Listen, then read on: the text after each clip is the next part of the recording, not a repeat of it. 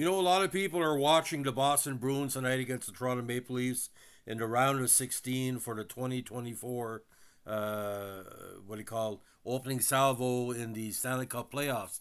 But did you know, ladies and gentlemen, 46 years ago, probably one of the most interesting and exciting series in Boston history ended up not going for the Bruins. You could have easily won the Stanley Cup in 1978 were it not for two people, Guy Lafleur and Mario Tromblay.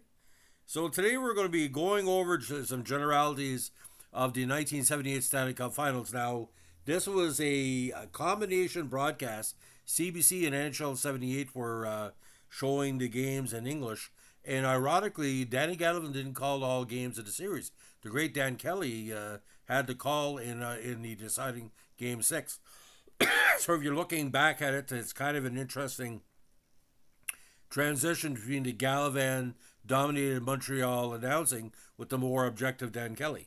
Now, this title series was a combination of the 78 playoffs between the Bruins and the Canadiens, and it marked the Habs' third straight appearance in the final and second straight against Boston in the championship set.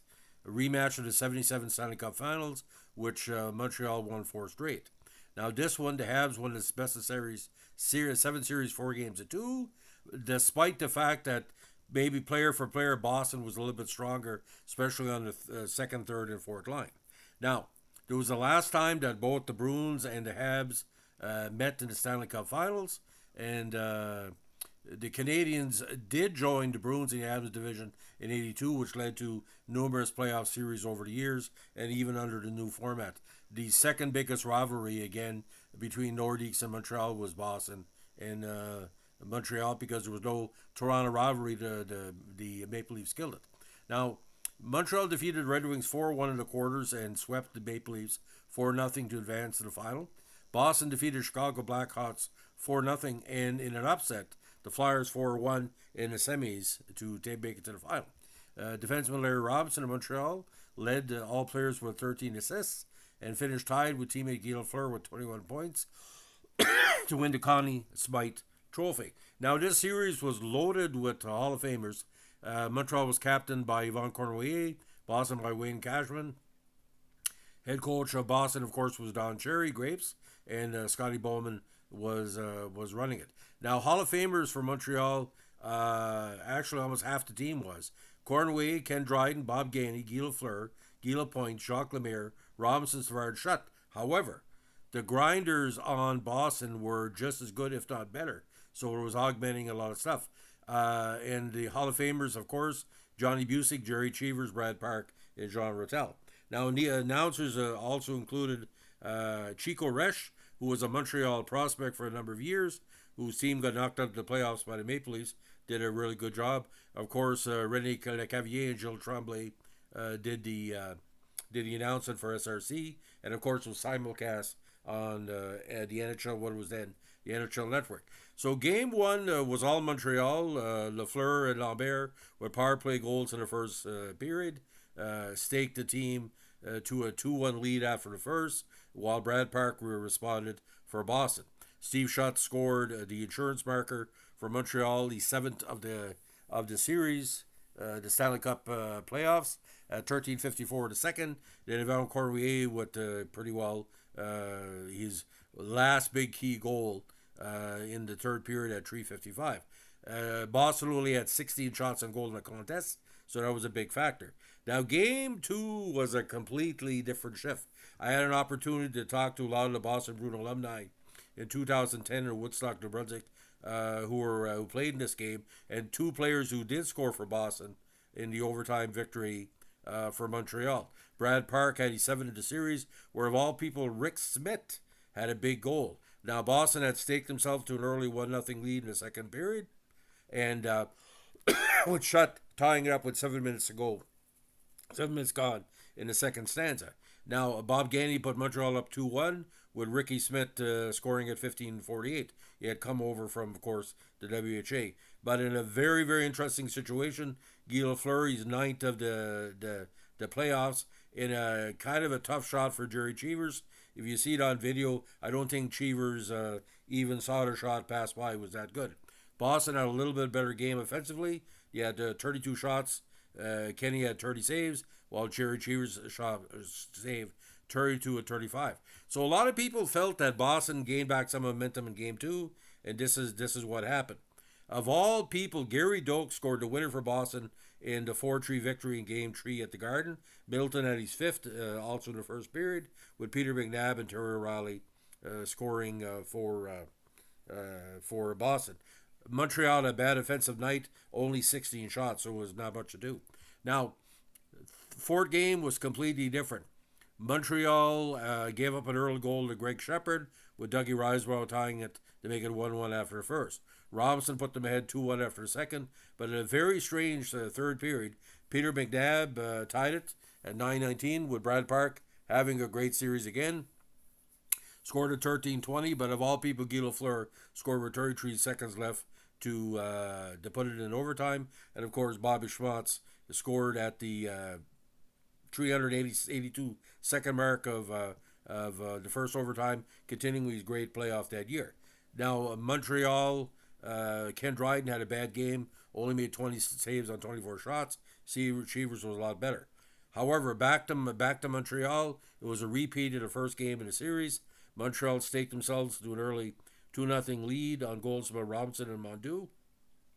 Second period, of all people, Pierre LaRouche, the forgotten man of the Habs, scored in the power play at 13:04, with Lemaire making it 4-0, and Don Marcotte on the power play made it 4-1 after a treat.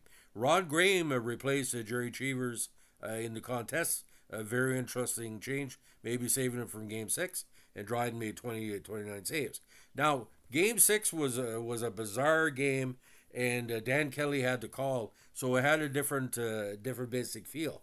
Montreal, Brad Park was a hat killer the whole series. Had another goal in the power play, but Steve Shutt with a very very strong response tied it up 1-1 after the first. Now get this: of all people, Mario Trombley, who was quiet for the whole playoff, scored 2 goals within 4 minutes.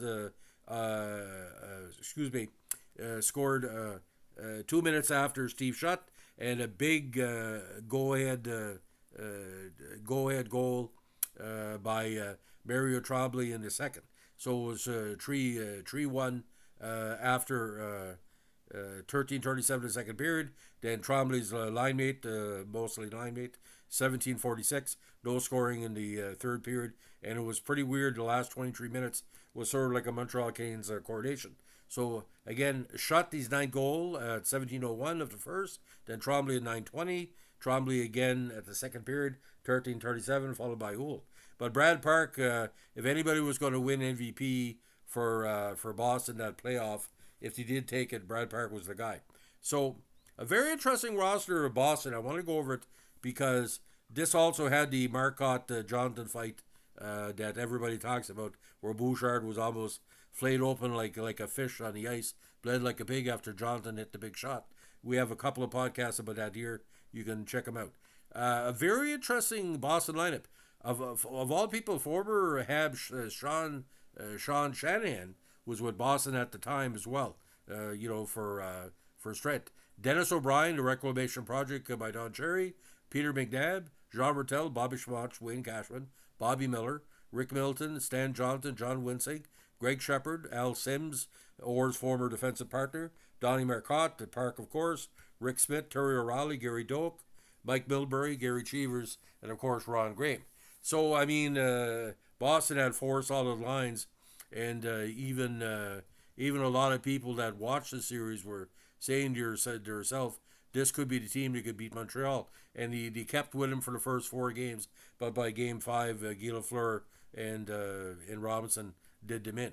So for Montreal, Michel Larocque, of course, Billy Naira, Brian Engblom, Guy Lapointe, Pierre Mondeau, Riseborough, Lafleur, Lambert, Cornway, Trombley, Houle, Wilson, and Serge Savard, Robinson, Jarvis, Shutt, Gainey, Lupierre, Lemaire, Bouchard, Chartrand, LaRouche, and Kenny Dryden. Now, the players that were put on the cup were all the what they call the big ones, and of course, ironically, Al McNeil got on the cup. The person that Henri Richard once called incompetent. He was director of player personnel, and of course, Unfortunately, Murray Wilson only played 12 games on the season due to spinal fusion surgery. His name was engraved on the cup in tribute to his long-time dedication to the team, even though he did not qualify. So that was very important to be recognized. But like I said, Montreal's defense won him that series because some of the forwards, like I said, it was not the best offense, and they weren't grinders like Boston. Because you look at Boston's lineup, that's all 30, 20, 30 goal scores almost every season. So I think when it came about, the turning point to me, Boston had expended so much energy to come back from Lafleur's late goal in Game 4. They came very close to be down 3-1 going back to Montreal, and that pretty well took out their energy. They had really nothing left in the last two games because Brad Park was trying to lift them as much as he could, like Ray Bourque did that later on with what he called the 1980s and 90 Bruins. But that's why I think the Boston Bruins became so popular across the Maritimes and the rest of Canada. They were at a certain level with the Bobby Orr Esposito era, but by this time both of them were gone. This was what he called the new Boston Bruins that seemed to be more lunch pail, and there's a connection between them as well with the Quebec Nordiques of the 80s, because the Boston Bruins and Quebec and Buffalo and Hartford and Montreal, the same division, they had the same style of play. It was a pleasure to watch every game between those five teams because you would leave everything on the ice. But what really stood out for me again is the fact was you could see here and there that Kenneth Dryden was starting to lose what he called his dedication to the game. His focus was off, and Jerry Cheevers maybe you should have went with Gilbert, but like I said, Gilbert had his injuries and a lack of playing time. But I mean, you saw in '79 they came closer. They were one defenseman and two players away from winning the cup because they never thought Mario Trombley would be a factor in Game 6, and because Mario Trombley was no factor pretty well until that game. A lot of people thought Mondu would take up the slack because it was a weird time because Shutt wasn't scoring as much, and they traded for LaRouche, Peter Mahovlich for LaRouche for goals. He wasn't doing much, and Dryden was playing all the playoff games for them. It would have been nice to give Bunny a little bit of work just in case, like we saw in '79 with the Rangers. But Savard was getting older. Like I said, this was a Stanley Cup. That was unexpected, but you could see the writing was on the wall. The dynasty was coming to an end. The whole dynasty of the 1970s, I mean, because you look at 71, 73, 75, where you should have won the cup that year if you would have played Buffalo. Crozier and Desjardins kind of knocked them out. So ladies and gentlemen, if you like what you're doing with our Boston Bruins podcast, the always connection to Montreal Canadiens, let us know in a like, comment, subscribe, and share. Tell us your favorite moment from the '78 series. To me, it was Dan Kelly not being so objective, because Danny Gallivan was sort of like the Bill Hewitt of the Montreal Canadiens. God bless him. He'd only see Montreal, but Dan Kelly said, I think it was in one of the games, he said Montreal is beatable. That's what he said. And Chico Resch noted that too. He said, they can play better what they're playing. It's almost like, maybe they heard Chico Ray. If Chico Resch is noticing this, Game 5 and 6 are completely different than Games 1 and 2, 3 and 4, and 5 and 6. It was like a tale of three cities. And go back. Most of these games are on YouTube. Go back and watch them. You'll know what I'm talking about. It's quite interesting. It was like a chess game. Thanks for listening, and don't forget, keep your stick in the ice. Bye.